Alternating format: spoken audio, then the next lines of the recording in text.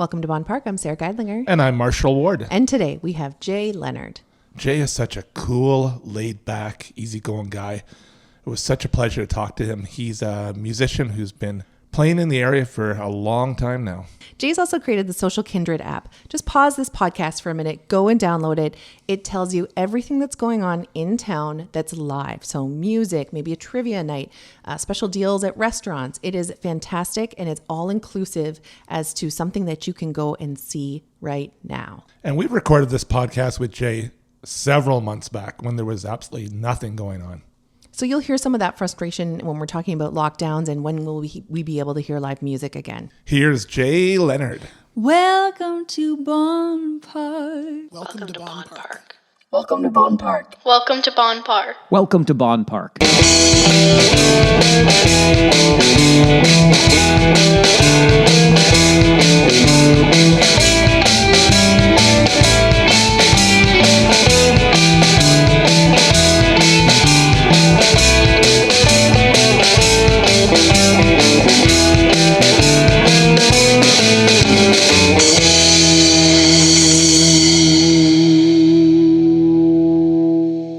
Do you enjoy Bonn Park podcast?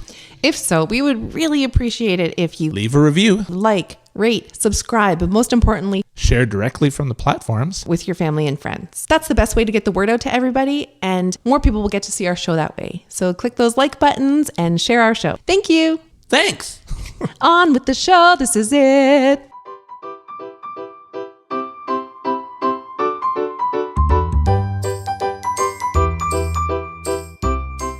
Bonn Park is supported by the St. Jacobs Farmers Market. The market is a community landmark of more than a half century and is the largest year-round farmers market in Canada. Whatever you crave, you'll find it there. There's country classics like fresh apple fritters, cinnamon rolls, and Oktoberfest sausage on a bun, and new favorites like corn-wrapped vegan tamales, Greek gyros, and blooming onions.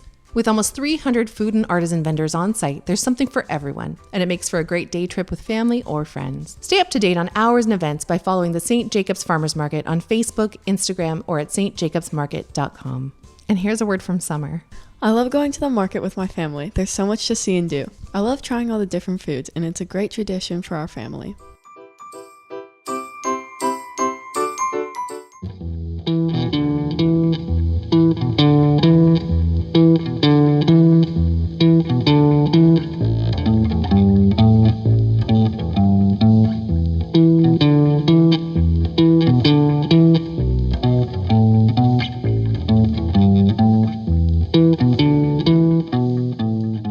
So Jay Leonard, thank you so much for joining us today. Thank you. It's great to be here. We're very excited to talk to you. We were talking to Bob Egan, and he suggested we get in touch with you because you've created the modern day concert bill app, right? So when we were kids, we're all sort of an age, but when we were kids and we wanted to see a show, there'd be a great sort of 9x12-ish bill posted around town, and we'd be like, oh, great, you know, our people are going to play. We get to go see this show. And it was sort of, that was how the buzz was created. And it was all word of mouth in these colorful bills, sort of in that classic, you know, Nashville, Tennessee style of artwork. You've created the Social Kindred, and this is an app that does all this work for us. Yeah. I do all the work for you, but the app delivers it to you. That's right. All right. Why don't you tell us about the inception of the app and how you got started? The inception of the app, I think it initially started off with, you know, drunk talk at the bar when, you know, a bunch of buddies were chatting about like, hey man, how come there isn't like this spot where you can just go and like see what's going on? Because like you said, there, you know, you'd have to be going to like Encore Records or something like that, or you'd see it on at the bus station, or you'd have to be somewhere, and then all of a sudden this poster would be there. Or if you're familiar with Echo magazine, which was a great magazine, but it was like hidden away in these little places within the scene. So you'd have to be a part of the scene to know what's going on. Mm-hmm. And so, you know, I remember talking to some people for a year or two saying like, how come there isn't like an app that just like shows you what's going on, man? And everyone's like, yeah, man, how come? And instead of waiting for someone else to do it, just through networking, I eventually chatted with enough people and found that maybe because of my connection with the scene And with the people that I've met through the scene, maybe I could be the guy to put something together. And somehow I have actually managed to do it with the help of some wonderful tech people that put in their blood, sweat, and tears for the same cause. So that's how it happened. So how did it's a beautiful interface. Like it works well. It's easy to use. It's very intuitive. I'm using it on the iOS, which I think was secondary. You first started the design with Android, and you hired some maybe like fresh out of school coders. Well, actually what initially happened was there was a guy who came on board to take it on. Actually, I'll start before that. Sure. What started was I got a message. Well, a friend of mine got a message from a company in India who, obviously used some sort of Google search algorithm to find people who were looking for developers. So they emailed him and said, "Hey, if you want an app, let us know. We're a company from India." And so we negotiated with them, and I sent them about $1,200 to build an app, because the quotes I was getting around town, it was like $40,000 to develop an app on both platforms. Yeah, off the top of my head, I was going to guess 50, so that makes sense. Yeah. Yeah, in this day and age, it probably is closer to 50. Mm-hmm. So when I was first looking, it was about 5 or 6 years ago. And obviously, as a musician, I can't afford to do that. But these guys were willing to take a stab at it, and so I got things started with that.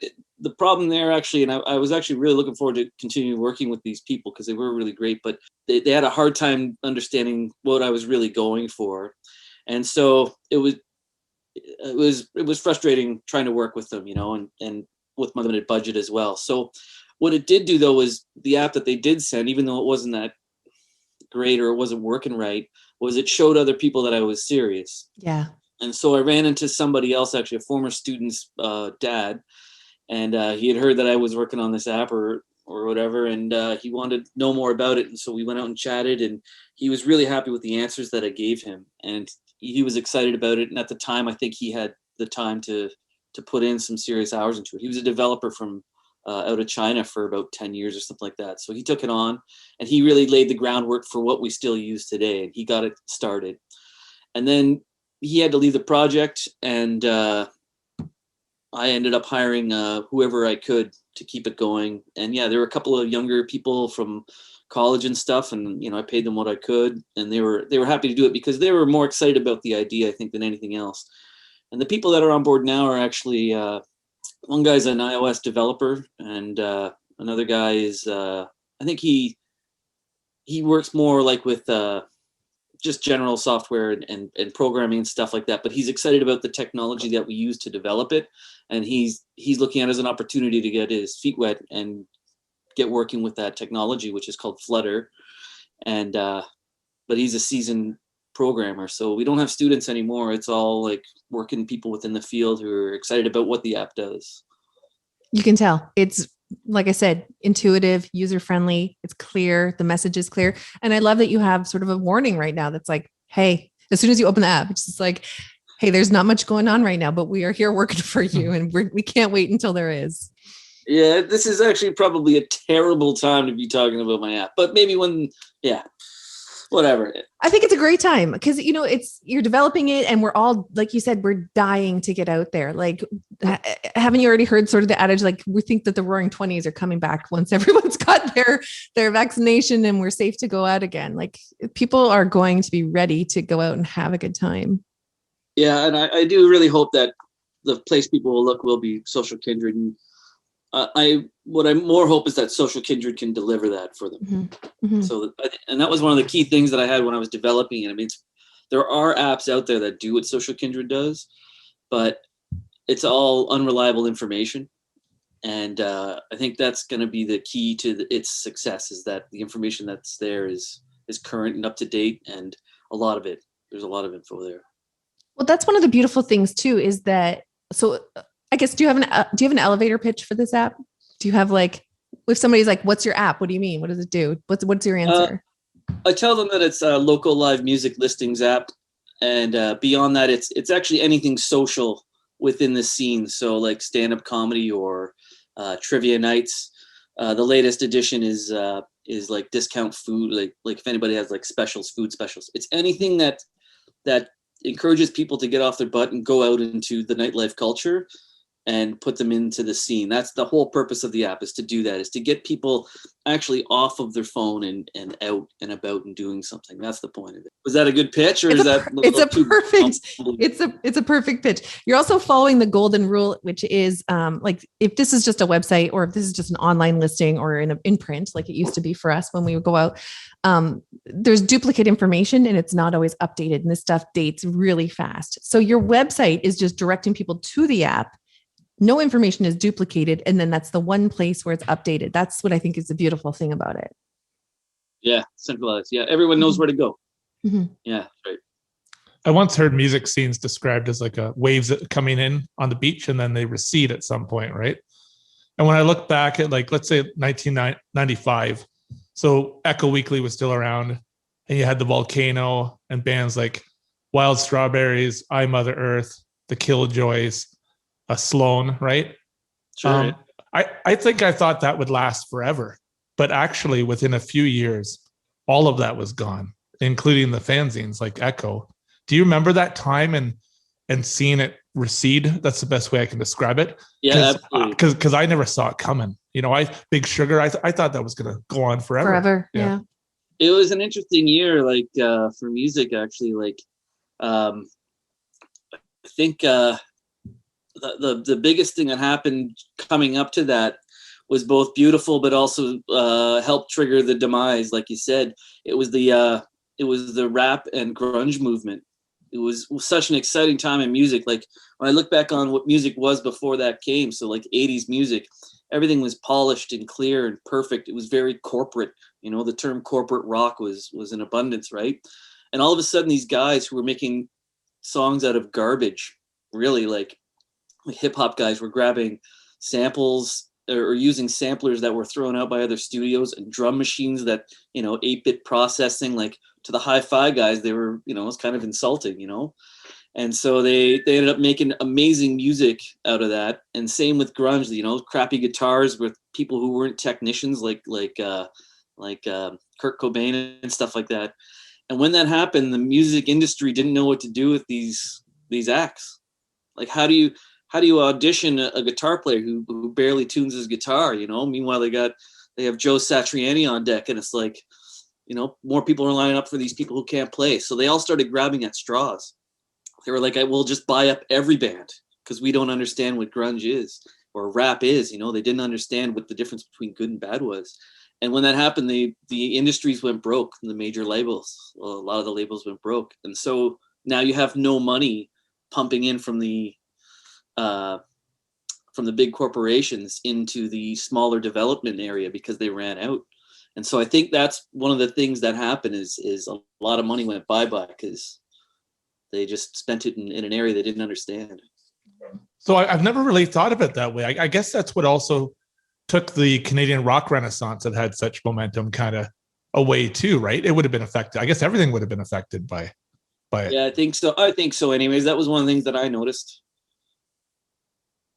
It would have been better just staying out of it and keeping with corporate rock, maybe. I don't know. I mean, it's easy to look from the outside and go, here, you should have done this. But it's like, man, it's probably different when you're in that situation, But that was a change that I noticed anyways. The image of music had gone through massive transformations. The 90s was a beautiful time. Like, I think 94 to 97 was like a golden era of music, similarly to like some of the great time periods of the 60s and 70s even. But it was kind of like the last era, since 2000. I haven't noticed any real changes even at the grassroots level within the sounds of music or the directions of music, or even like in the even in the pop world, other than bands are getting smaller, and I think it was Jim Morrison who said it in an interview one time that sooner or later there's just gonna be one guy on stage with like a keyboard, and it's like that's where we are now.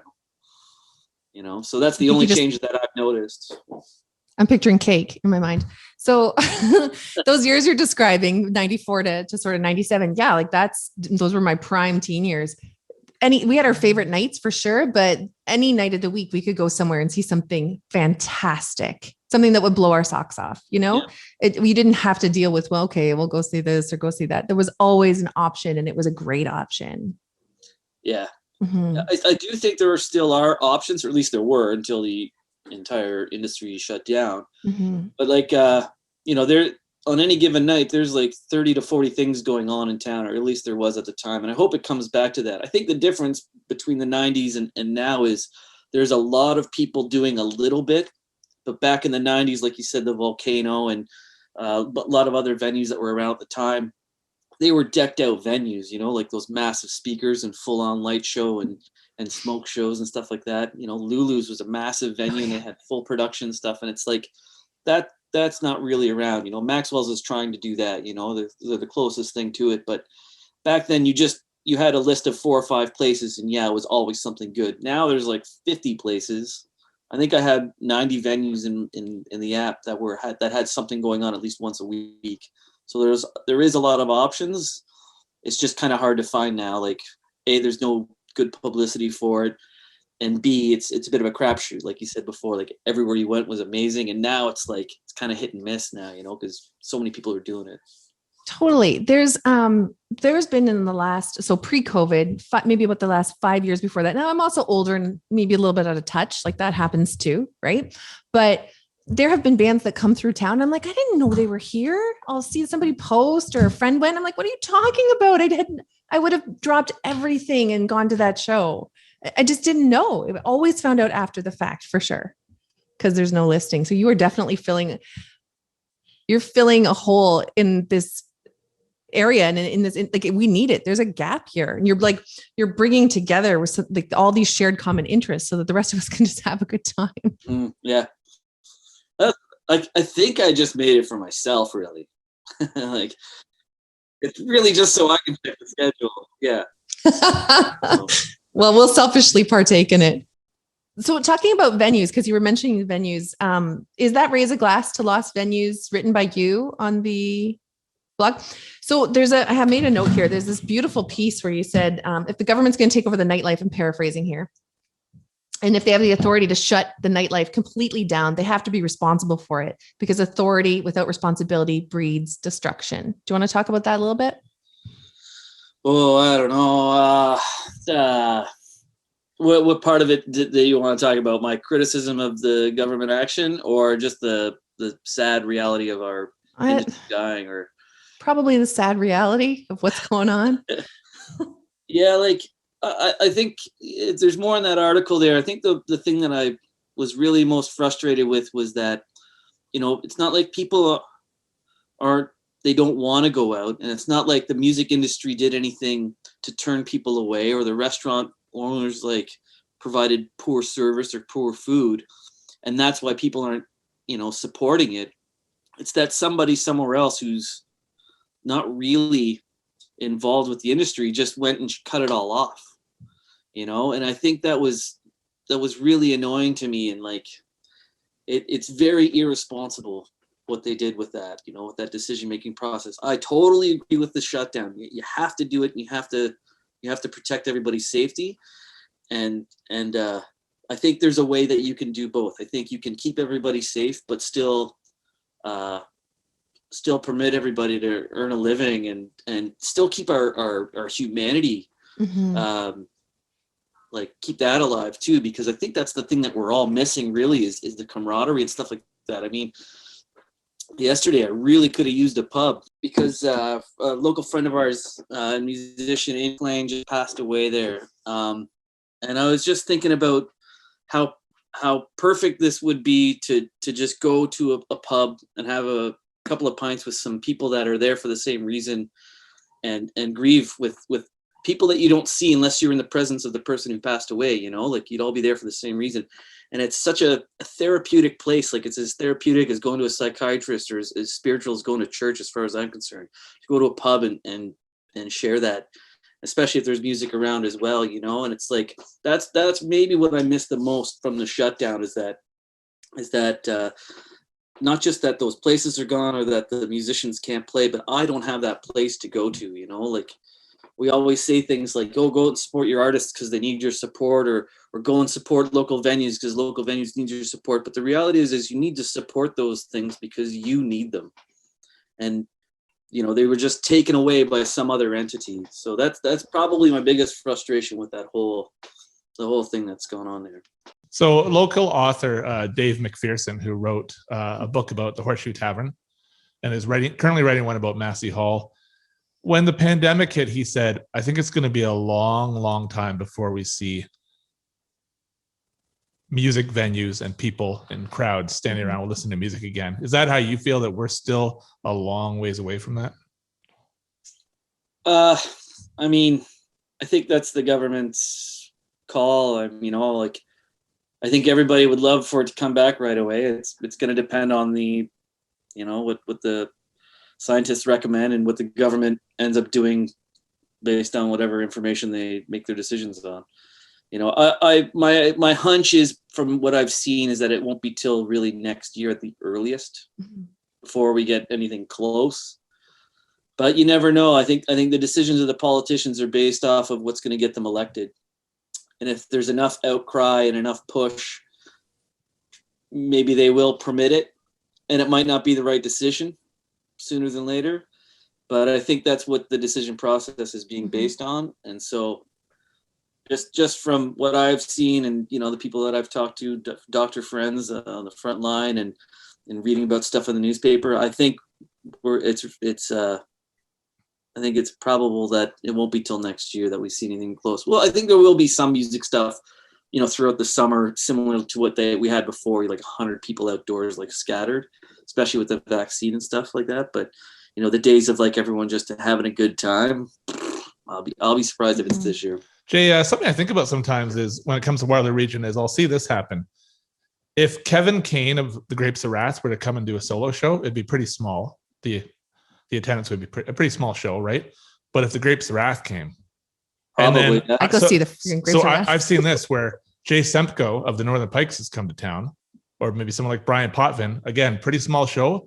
You put the Northern Pikes on the Kitchener Blues Festival bill. I was there, and it was absolutely packed. What is that all about? Do you think that when these musicians step out as solo artists, there's such a huge difference between, I guess that would happen too. Maybe if Ed Robertson of Bare Naked Ladies just came into town by himself, it wouldn't be, when like they can play the center and the square, right? But if just one of them came, it's a whole different story. Why do you think that is?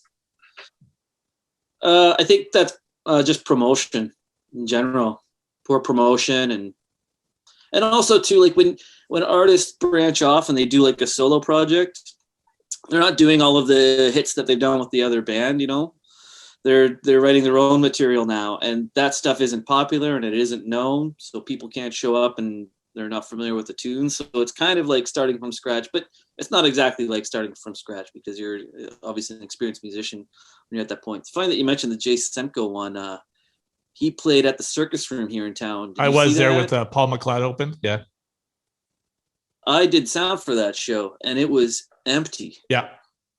There was like 10 people, 15 people. And he was awesome. Yeah. I mean, Paul was amazing all the time, but it's the first time I got to see Semko and I was just like, this guy's great. And he's playing to the empty Circus I didn't even know that room, show was happening. Yeah, it was a great show. Jay Semko was freaked out because there were rats, like really big rats in the back. He said he lives in Saskatoon and he doesn't see a lot of rats. And anyways, for a week after, he was talking about these rats in the circus room that just freaked him out. This was when he had signed with Busted Flat, exactly. Right?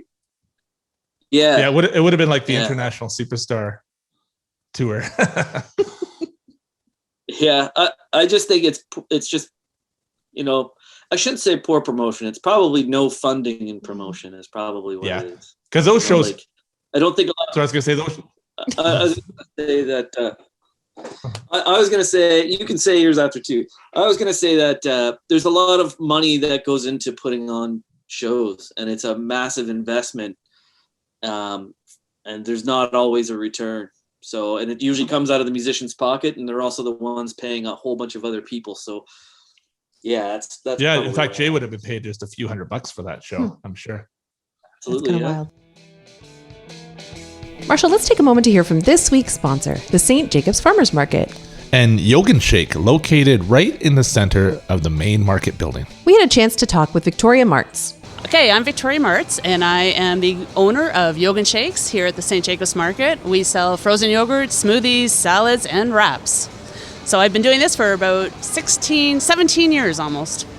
So yeah, it's been a great experience. But yeah, we've had a lot of customers come through starting at a young age. I have some that are just like in diapers, and so they've worked their way up, and I've seen them grow up. It's been a wonderful experience.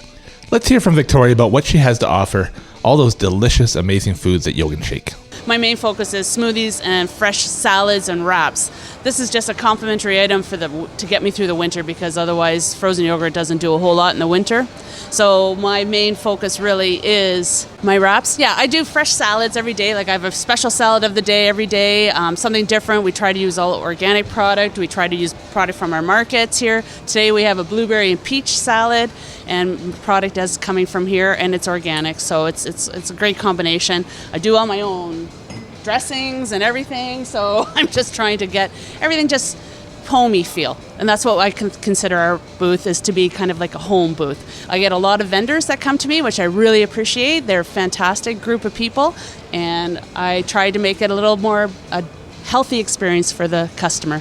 Yes, it's all blueberries. I chopped up the blueberries and put it in a blender with a little bit of shallots and olive oil, salt and pepper. Me and my kids absolutely love fruit smoothies, and Victoria's got the best. Okay, we use locally sourced frozen yogurt, and we use whole fruit. We use frozen fruit, and we blend it in our old school single one-arm blender. And so we really enjoy the focus. People really like the fact that it is real. It's not just pureed, and it's not just poured out of a bottle. We make it right here, right in front of you, and it's ready for you just the way you want it. Right? People can see us immediately as soon as they walk in, and we love it here. So don't forget to visit Yogurt and Shake, where you can find their fresh salads, wraps, and smoothies, along with their daily specials, located in the main market building at the St. Jacobs Farmers Market. And now back to the show. What's interesting is because these shows can be incredibly intimate. Like I remember Greg Keeler playing a solo show at Mrs. Robinson's, and it was absolutely beautiful. I prefer that any day over Blue Rodeo in a big venue. And also Jim Cuddy played one of his very first solo shows. Both these happened in 1998 at Mrs. Robinson's. But those shows can be incredible. You know, Jim Cuddy played, I think the song's called Oliver's Army by Elvis Costello. And you get all these amazing little surprises in these shows. And I never figured out why they're so small in attendance compared to the bigger. But I think you hit on something there. It's the machine behind it, right? The promotion. Yeah, the promotion, but also to reliability in venues. Like if you go to a venue that's renowned for like these amazing intimate shows, more and more people will look for those kinds of shows at those venues. And I think it's been a while since we've had a venue that has established themselves as that. For a while, Jane Bond was like that.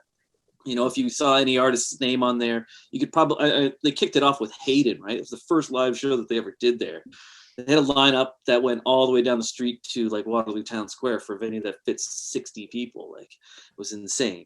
But, you know, like, I think that's part of the problem is that some of the venues, you know, like they're not sure how to establish themselves as, you know, a place of intimate concerts. A lot of venues are so hungry to keep funding in the door that every night it's something different there because they're trying to generate revenue, right? So one night they're the cheap wing place, and then the other night they're romantic dinners with a live jazz band. So that as an audience member, you don't really know what you're getting at that venue unless you actually do some research. So I think that's the other end of it. I think if there was a venue in town that basically, the Jazz Room is almost doing that actually. It's, you know, if they put any name up there, I think they actually do really, really well with their ticket sales. So that's another fault, I think, of maybe this. Or something. Tell me if this makes sense. I sat down with John Tutt of the Princess Cinema one time, and we were talking about Fred Eaglesmith coming to the Princess Cinema. And I said, you know, I used to be able to go see Fred for $12, right? And tickets then were like 30 or something, right? And John Tutt explained it to me like this. He said, if I put those tickets at $12, he goes, that show will sell okay. But if I put them at 40, those ticket sales will actually sell way faster. He said it's actually a detriment to have cheaper sales. It doesn't seem as important. Yeah. And I was just blown away by that idea that it's a sold out show when you charge 40 compared to 12. He said, he didn't use the term small time and big time, but I guess that's how it works sometimes, eh? Absolutely. Like, it's kind of like Bitcoin almost, you know, like nobody wanted it when it was free, but now everybody wants it now that it's $70,000. Oh, but all those people who were Like into it when it was free, huh? Oh yeah, lucky bastards. Hey, Anyways, yeah, there is a bit of truth to that. But once you put that value on there, like people get up with a bit of FOMO. It's like, well, geez, I better get my $40 out now and see him now, because I think there's a bit of the mentality of, oh, it's $10. I can just go see it the next time it's $10, or like it feels like it's free. And so if something's free, then it's cheap or it's no good, right? But for sure, there's a psyche there. He's absolutely right.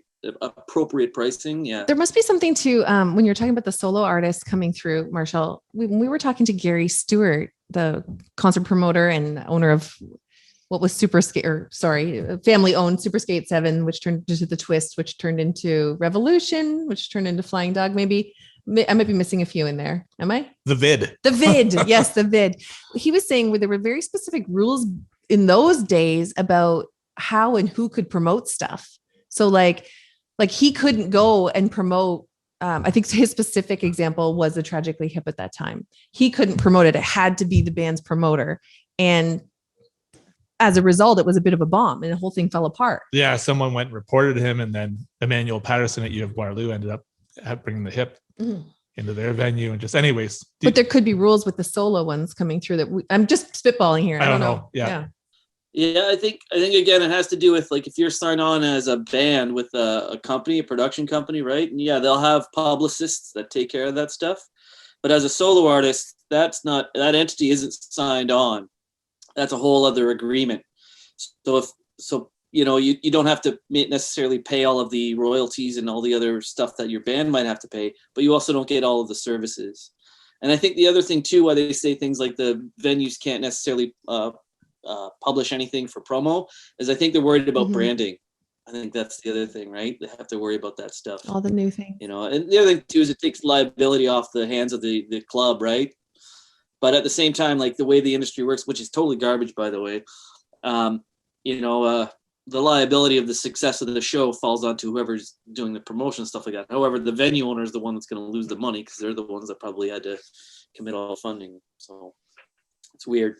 A lot of red tape in there. So talking about music, let's talk about your life in music. Let's get into some of that. You're a very talented musician. Right. You're multifaceted with everything that you attack. I've seen you in a few bands, but most remarkably in my time that I've seen you was in Romeo Sex Fighter. There are a few times when I've been out and luckily have been very fortunate to hear Romeo Sex Fighter. That is some solid, tight, soul-shaking music that isn't played by a lot of places or a lot of people around town. It is kind of perfection.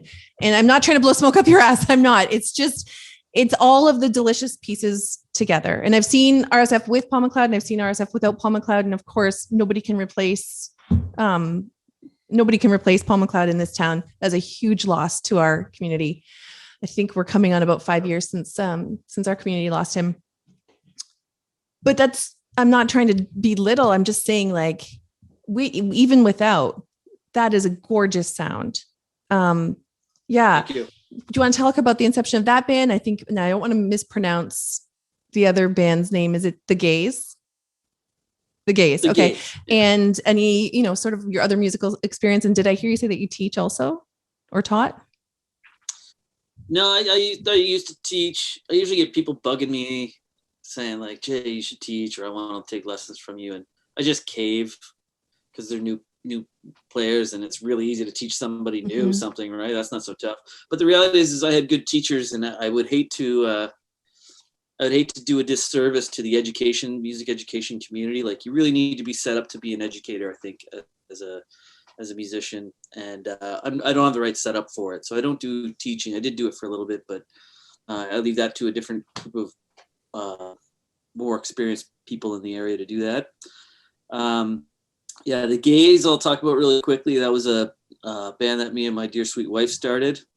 And totally we went for the Gaes name because it has a double entendre. And I think that's just very rock and roll, right?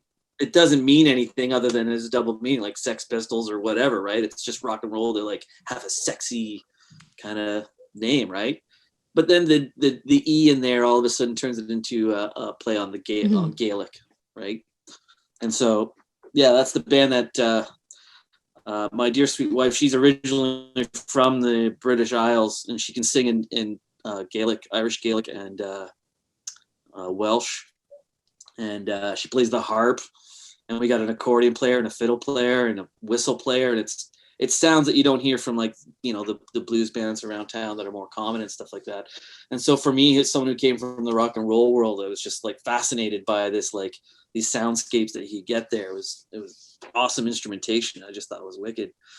A lot of textures in there. So as someone who's a fan of all music, I really like the Gaes because it's just totally different from anything else I've done. The bands I had before that, there was Hum Shuttle, which I don't know if you ever remember seeing those on some of the Volcano posters and stuff like that. But yeah, that band played around for a bit. That was an original band, and we did a bit of touring and stuff. Toured the British Isles, toured Canada, played some shows with some bigger bands, and that was a lot of fun and stuff. But inevitably came to an end about 2006, I think. And then the Romeo Sex Fighter, if you're unfamiliar with the story, that was a total accident band. The band had canceled at the Boathouse, and Kevin needed a band, and so the guys weren't doing anything, and so Kevin just hired them on the spot. Yeah, everyone had their gear in their car because they were playing the night before, but it wasn't actually a band. All the guys, Chris Flanagan, Darius McKinley, Brian Wright, and Paul McLeod, and they just got together and started playing some tunes. There was nobody there, and Kevin just loved it so much. He was like, why don't you guys come back next week? Well, it wasn't a band, and they weren't looking for gigs, so half the band couldn't make it, so they asked me to sub in for Chris, and Darius couldn't make it, so they got Ryan Allen to play on bass, and then it became a weekly thing, and it slowly built up from there. And that's kind of been the attitude of the band, like ever since its inception, is just we just get together at the show and play. We don't rehearse. We don't work on anything. Everything that happens on the stage, and it's a lot of fun. And you've worked at Sherwood Music. Is that Yep. a huge is that like an education and everyday kind of thing, or do you eventually kind of noodle around on everything and figure, get your education there and figure everything out along the way? I have to say I'm a little bit disturbed by how excellent your questions are, both of you. Like I can't believe how much you know about me and where you're finding this stuff. It's all out there, Jay. But, I'm worried about what the next question is going to be. Sherwood Music, that was an awesome experience, and yeah, it was definitely education. Like the people that worked there were awesome, right? There's a lot of great local musicians. Paul Stouffer and Jeff Cowell were heroes of mine as musicians before they became work colleagues of mine and then inevitably friends. And it's great to like hang out with those guys. Learning about the gear was the best part of Sherwood, and also an appreciation for retail, music retail.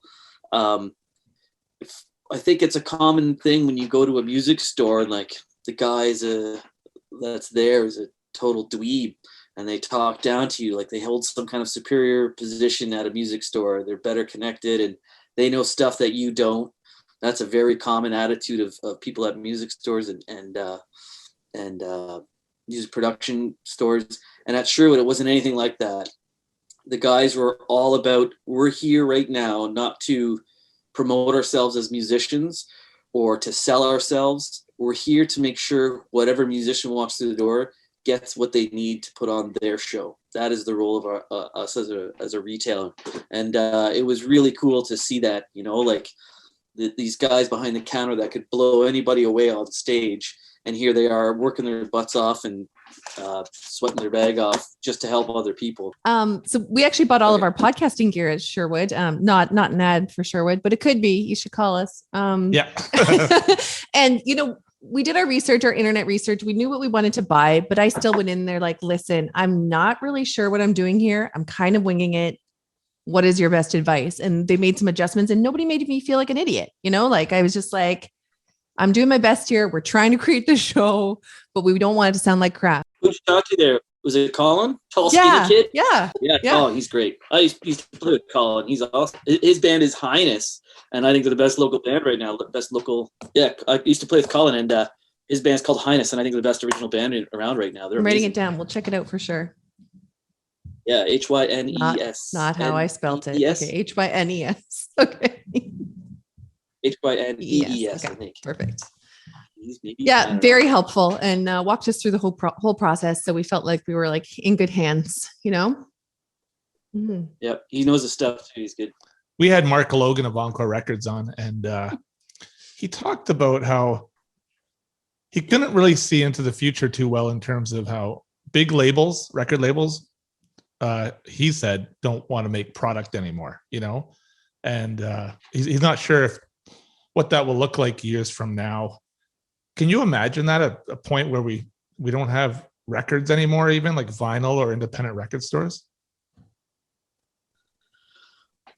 I mean, Mark is definitely a better authority on that area of the industry.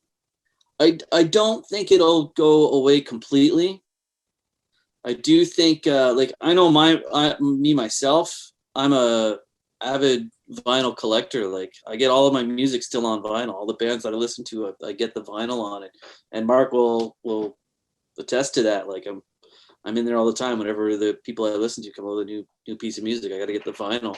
It does sound better, you know. Like, anybody that I play vinyl for next to a digital version of it, even a CD or something like that, people are genuinely jaw dropped. Like, they can't believe they're hearing what they're hearing, you know. I think you were saying earlier that things go in waves, right? The seashore thing about the music. I think the product will do the same thing, and we're just in a lull.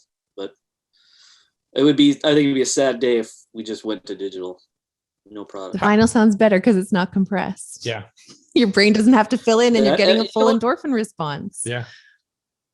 I actually hope they go to the opposite. I hope people stop releasing audio on digital altogether. I hope they stop doing recreations. I hope they just do limited. Just go totally again. rogue and be like, you have to buy this if you want to hear it. Well, I even thought like something like listening parties. Yeah. Like, this is a crazy idea I had, was like, it's only pressed on vinyl or tape, and you go into a listening booth and you listen to one song at a time at all these different booths. You can't take any other devices. And the only place you could ever hear, like, you know, a solo artist's music, you can't hear it live, because then you can take a recording unit and listen to, like, record it. You have to put these earbuds in, so you can't record it. The only place you could ever hear this thing is at these listening parties. And we talked about earlier about, you know, creating value for your music. It's the only place you can go to listen to this, you know. And if music hits you the way it does me sometimes, it's like that feeling that you get. You can only get it when that person comes through town with their listening device. And it creates a tremendous amount of value on that music if it has that effect.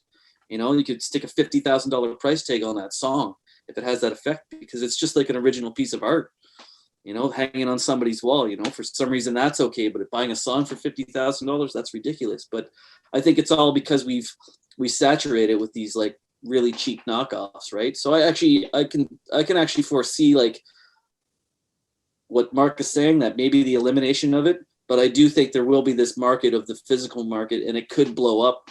It could be That's massive. A beautiful idea. Because of its scarcity. Yeah. Jay, can you take us out by reflecting on, you've kicked around this local music scene for years, and you've immersed yourself so much in it, and you knew Paul McLeod, and you've worked with so many people. Can you kind of take a minute and take us out here by thinking about what you think about when you look back on all those years now? Oh man, I look back on it and I just think I'm really glad I did it. I can't imagine doing anything else other than doing music all those years.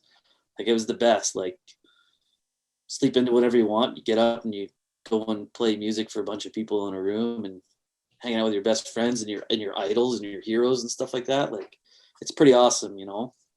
So I'm pretty lucky that there's enough support for the scene around here that it permits people like me to do that, and the other great musicians in town. And yeah, that's what being in the music scene's all about for me, just the lifestyle of it.